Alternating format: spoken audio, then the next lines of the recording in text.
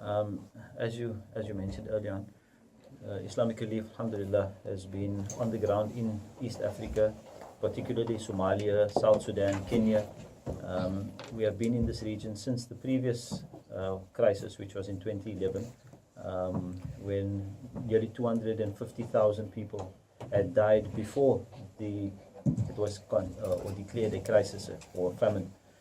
And already currently in the Horn of Africa, East Africa, we have nearly 12, the estimates range between 8 to 12 million people who are on the brink of starvation. Even there was at one stage when the statistics were around about 18 to 20 million people who are on the brink of starvation. Of this number, 800,000 children under the age of 5 are suffering acute malnutrition.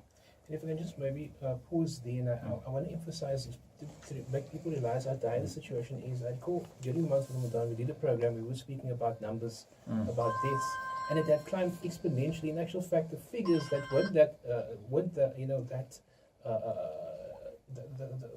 the figures that came out weren't necessarily too long ago, but in actual fact, they've almost doubled, subhanAllah, in the period of time that we had been discussing them, which means that this crisis is severe on a day-to-day basis. People are literally dying by the hundreds. People are dying on a daily basis, Mohamed, and we receive reports from our field office on a daily basis with updates as to what the need is. As we know, the crisis at the moment is because of the water shortage.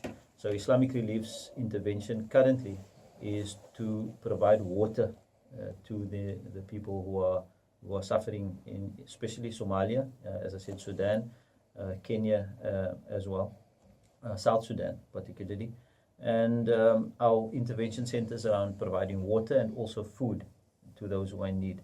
Currently, as I said, we have children, about 800,000 children who are suffering acute malnutrition, and we're also then providing medical assistance in these cases. We heard accounts from some of our field officers who were there about how they determine children, these children that are brought in by their family members, and how they are taken care of. And because of the great need, you have, for example, he was explaining to us how they take this band that has different colors around it, and they wrap it around the child's arm. And firstly, just raising the child's, when you pick up a child, all you're feeling is basically flesh and bone.